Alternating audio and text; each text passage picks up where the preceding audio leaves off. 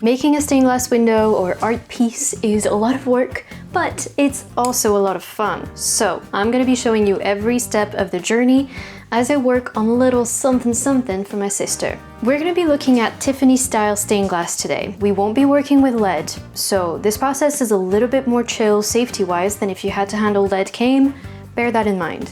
Here are the tools we're going to use: paper and pencils, scissors, a permanent marker, glass sheets, a glass cutter, cutting oil, running pliers, rosing pliers, a glass grinder, safety glasses, copper foil tape, jump rings, set squares for sewing, a soldering iron, solder, flux, a brush for applying flux, a heat-resistant work surface, a patina solution, a brush for the patina, some soap, and soft cloths for cleaning and polishing. These are all the tools that I personally use. A couple of extra tools you might like to use are pattern shears, which are specifically designed for stained glass and will help you be more accurate in predicting the line width between each glass piece. This will make more sense later on. And then safety gloves. Some people wear them to protect their hands from sharp edges, but I have mostly heard that it's best to use them when you're dealing with chemicals towards the end of the process. With that in mind, let's get started on our stained glass piece. First up, you're going to need to sketch your design twice. You are going to need your reference pattern and then your working pattern. Personally, I don't have a printer and I don't have a Cricut machine, so I do everything by hand. I will either draw the design on my iPad first and then draw it again on paper, or just draw it on paper twice. Just be careful if you do this though, is you need to have both drawings exactly the same. Your reference pattern is what you're going to be looking at to make sure that you have every piece you need. And then your working pattern is going to be better off if you draw it on a thicker bit of paper maybe, because then you'll want to cut each piece out and use those as a pattern to trace onto your glass. This is when you want to be careful and account for a few millimeters of space between each piece. So your line needs to be quite thick actually, because that will correspond to the width of your solder line, which corresponds to basically the width of your copper foil. So you'll need to check what kind of measurements you have. I think it's typically 4 millimeters, but I could be wrong. Check what you have. It's also fine to skip this step if you're not trying to be too precise. But the minute you need to make something a certain size or to fit something into a frame, you will run into this problem. While you're drawing your pattern, also make sure to number each piece, both on the reference pattern and the working pattern. This will help you out a lot because at some point, all you see in front of you is just random bits of glass and you don't know which is which and what goes where, so definitely number absolutely everything. The next step is fun. You get to choose your glass. There's various textures, opacities, there's dichroic glass, the type that makes little rainbows according to certain lights. Any glass is beautiful in my book, but this is a cool step where you get to express your choices. Then you're going to want to trace your glass pieces. If you're doing it the lo-fi way, just like me, then you're going to place your little thicker paper pattern onto the glass and use a permanent marker to trace the piece. If you have a Cricut machine, that's awesome, because basically you can get the machine to cut everything out for you absolutely perfectly, and then it's cut onto a sticker surface, so you can just slap the sticker onto the glass and that's it. You don't have to deal with your paper moving around, and it's awesome. Before you start cutting any glass, you need to put on your safety glasses. This is very, very important. Make sure they're the kind that goes all around the eyes, that aren't just regular glasses, but that kind of encase your eyeballs, because glass can go flying every which way. It's very dangerous, so also make sure that you have no small children or pets nearby and that you have a proper swipe clean as soon as you're done. And actually don't take your safety glasses off for the remainder of most of this, because you also want to be careful with the grinding stage and the soldering stage, so bear that in mind. It's now time to cut your pieces. You're going to use a oil cutter, which is a specifically designed tool where you're actually not cutting the glass, you are scoring the glass. So you're going to need to use some cutting oil and add that onto the little wheel in your oil cutter, and then apply even pressure. And you always want to apply pressure in one go, and from one edge of the glass piece to the other end of the glass piece. You can't stop halfway because your glass will break all the way through. So you might as well guide it and score along to make sure that you get a nice clean cut. This takes a bit of practice to get right, especially if you have lots of curves and difficult shapes like that. So if you're on your first couple of pieces, I would recommend not going too curvy to start with. Once you've scored your glass, you're going to need to use a couple of pliers. There's running pliers and grosing pliers. Running pliers are great for snapping straight lines. They're very effective, especially if your glass is a little bit smaller, so you can't really use your hands for it. And then grosing pliers are actually the main ones you're going to be using for most of your cutting. Grosing pliers have a little notch. You make sure that's facing up, and then you've got it. Once you have every piece ready, it's time to grind. Grind the edges specifically. This will mean that you can remove any kind of rough cuts, any dangerous bits that might actually cut you. But it can also really help you fit your pieces together a little bit better, especially if you're not a super skilled glass cutter yet.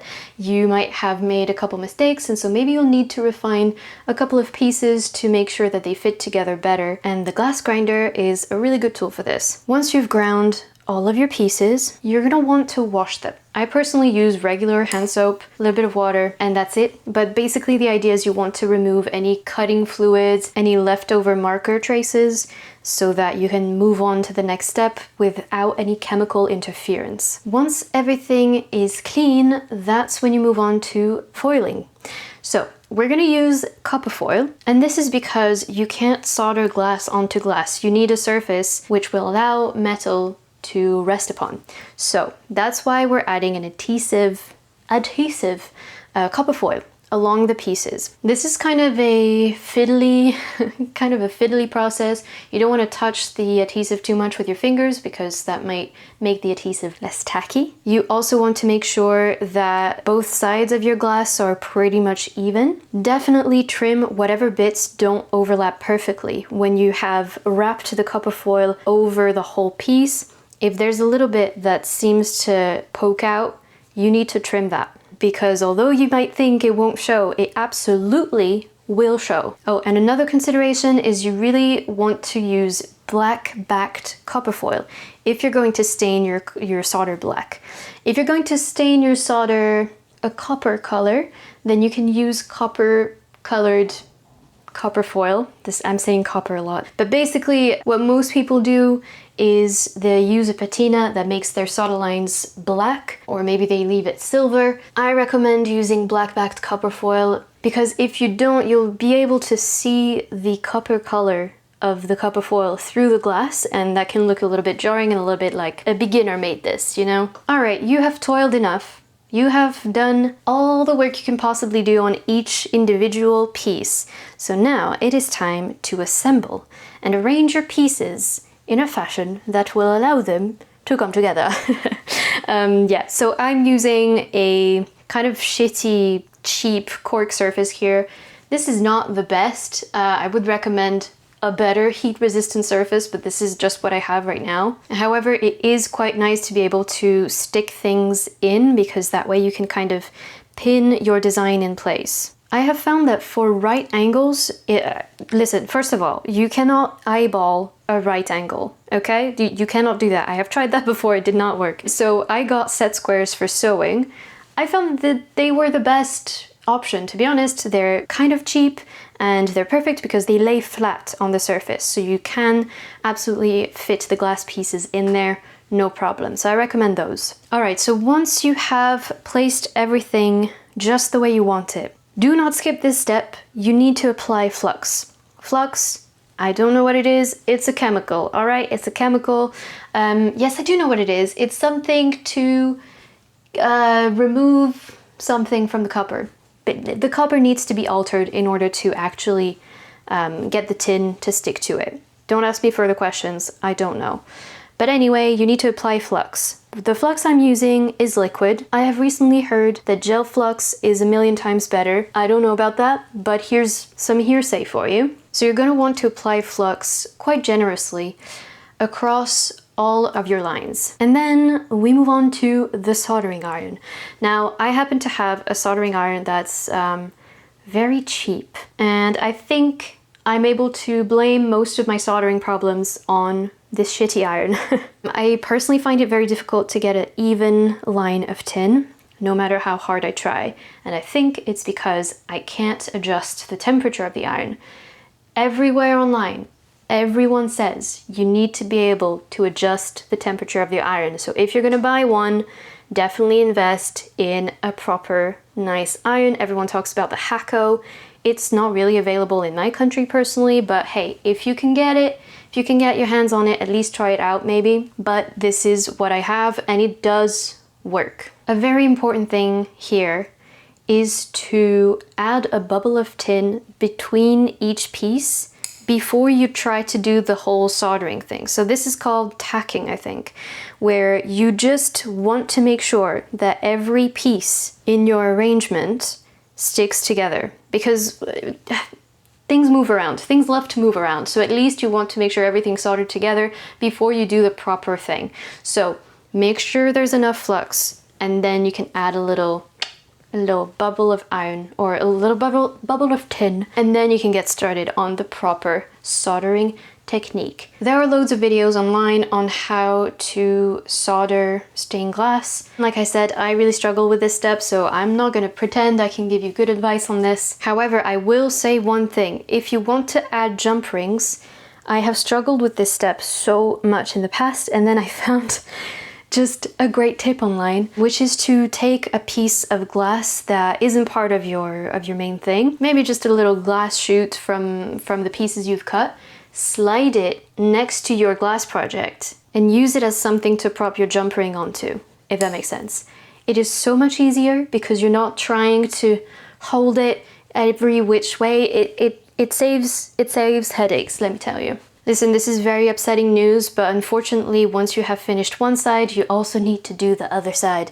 So be careful, because sometimes your glass can get heated quite a bit. So wait until it is safe for you to touch, and then flip your project around and do the exact same thing on the other side. I often find that I have to go back onto my front project and do it all over again after I did the back, because I don't know if things go through or go around or whatever. So just be prepared to do a couple of rounds to even everything out. Also, don't forget to solder the sides. And once everything has been soldered, you have earned yourself a break, a pat on the head, and a little snack. Once that is done, you can move on to cleaning your project. So obviously you want to leave it to cool completely. And then once again, you can just use regular soap. If you want to use hand soap, I think that's fine. That's what I do. But the idea is just to remove any flux residue. I also use a toothbrush to kind of brush the solder lines and make sure that it looks as cleanly silver as I can get it. And then after that, you've got creative freedom. You can leave your solder lines silver,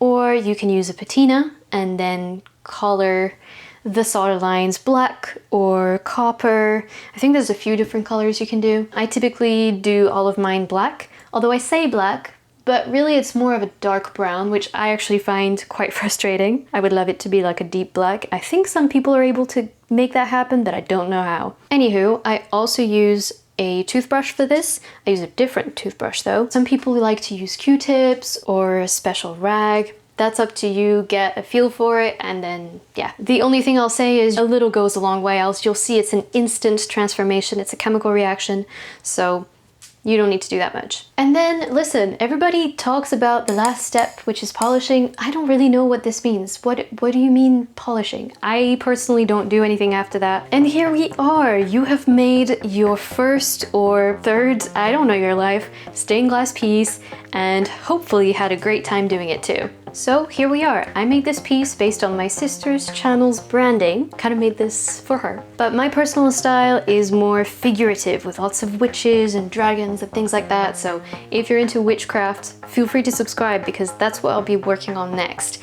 And if you want, you can watch the video I made on my sister's channel, where I actually explain the properties of glass, which is actually so much more interesting than you'd think. The video itself is in French, but I have added English subtitles, so if you want to learn about all that, I'll put it on the screen for you now. Hope you're doing well. See you soon. Bye-bye.